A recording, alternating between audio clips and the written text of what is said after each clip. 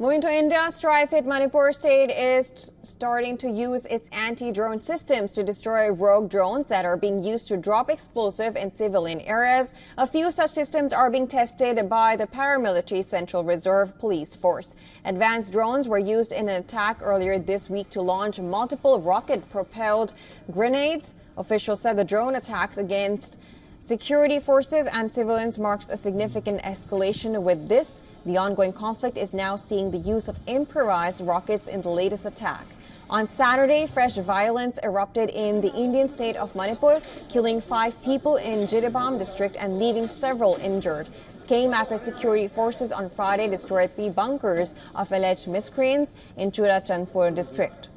Heavy exchange of fire took place between 2 communities around 7 kilometers from the district headquarters. 4 armed persons, including 3 hill-based militants, were killed in the incident.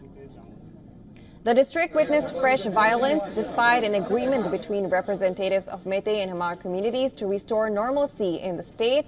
A meeting was moderated by Jiribam district administration, Assam Rifles, and CRPF personnel. Representatives from Hamar, Meitei, and other communities of Jiribam district were present in the meeting. More than 200 people were killed and thousands rendered homeless in ethnic violence in Manipur since May last year. All right, for more on this, we are now being joined by N. Satyajit, who is a senior journalist from Manipur. Thank you so much for taking our time and joining us at these tense times.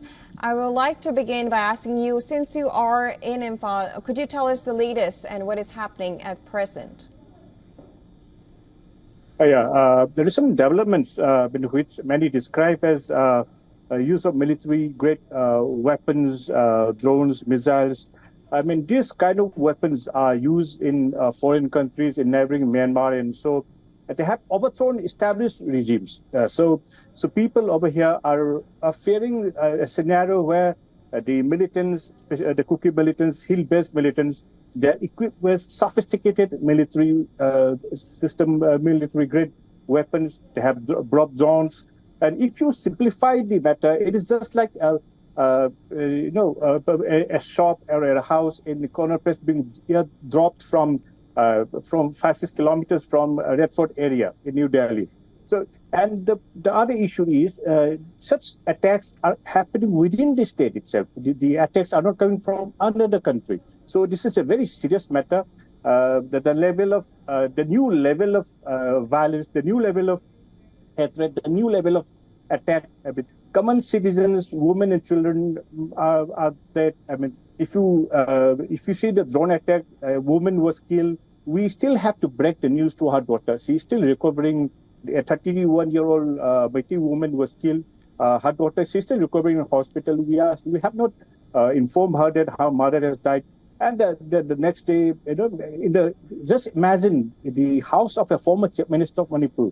It was attacked. It was a missile attack. It was long-range missile. Security personnel said that the missile attacks, it was launched by Kuki militants. It has a range of 5 to 6 kilometers. This is the level of attack has reached a new dimension. I think we should appeal to the government to act fast, because people of the state, just imagine that they are not able to go out from the state for the last 14 months. Just imagine the people living in New Delhi. They are not able to move out to neighboring states for 14 months. I mean, this is like a state under siege by militants. I think this is a time to act for the government, because people are suffering. They are not getting petroleum. They are not getting LPG. I mean, for example, I myself, I don't have LPG now because the highways are blocked. Everything is blocked. We are not getting anything, food, and we are facing shortage of food. We are facing a humanitarian crisis. And the only problem is we feel that the people, especially living in mainland India, they are not concerned about the sufferings here in Manipur, because we feel alienated. We feel that the pain we suffer is just not felt by our brethren living in mainland India. I would briefly say in the first round. Right. Just to ask you, and of course pick up your first answer, you mentioned that these drones are foreign instruments, are used in foreign countries. Where do you think were these weapons brought from? because we have 398 international border with Myanmar. Only 10 kilometers is fenced. The other is open. Anybody can come in. And one of the former BSF senior personnel, he said that about 70,000 rebels from Myanmar, they have infiltrated to Manipur. This is a matter of serious concern because we have an open border. We don't have the borders just like in Kashmir and in other parts of with China. It is open border with Myanmar. Anybody can come in, and we have to understand that people, especially in the next door region, we have Sagaing and Chin region in Myanmar. They have overthrown the regime, and they have a very close affinity to a certain militant group in Manipur. They have very close ties, and since everything is open, and one of the police personnel, we had a press briefing yesterday, he said that it is a very sophisticated weapons. They're using snipers. I mean, just imagine militaries using snipers on common citizens. And if you see the level of situation here, we have to shut down the lights every night because since they are using drones, they can attack people. Just imagine that at Jiribam yesterday, the militants, they were able to come inside a house and killed and butchered a person in front of his wife and daughter. Just imagine that. And the situation has reached to such an extent. The impunity in which they are doing their activities. I think the time has come for this great nation to rise to the occasion and serve the people, and at least forget for some time that they belong to a particular community. I mean, we should also remember that they are also humans. The state, the government, they have a duty to respect the land, the property, and lives of the people. We are also in. This is what the people of Manipur are saying. Please protect the fence, because this is a very porous border, and the fence across the border, they are very well equipped. Just imagine they have overthrown the regime in Myanmar, and they have close affinity with the people in Manipur, some particular group in Manipur. So it is very porous border. You mentioned the communities, and we know that there has been a meeting to solve this problem. So what kind of measures is the government taking to calm down the situation, apart from just downing the drones? It is a very complex issue. Just I said, because the attacks are not coming from a foreign country. It is coming from a very specific areas.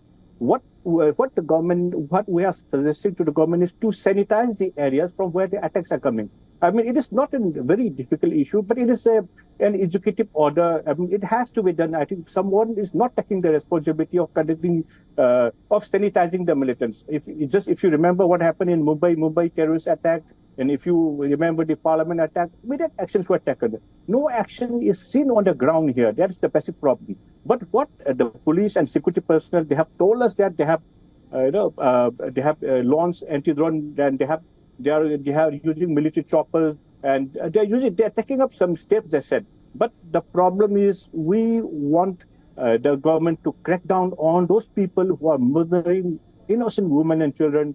We have the duty to protect this innocent women and children. If the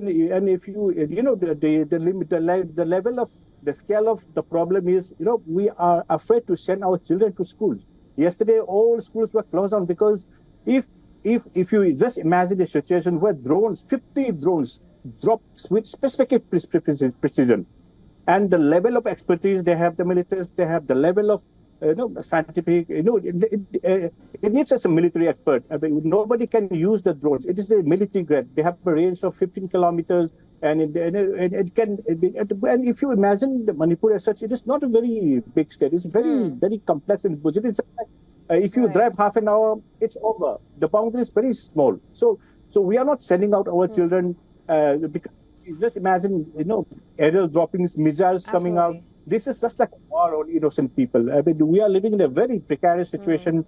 We are not able to breathe freely. We are not able to move out of our houses. This is a very dangerous situation. Just imagine it happening in your own country, and our government, the top leader has yet to speak up. He's opened his mouth on this situation. Right. Well, we of course hope for this situation to be solved as soon as possible. Thank you so much, N. Satyajit, he's the senior journalist from Manipur, for joining us and giving the latest.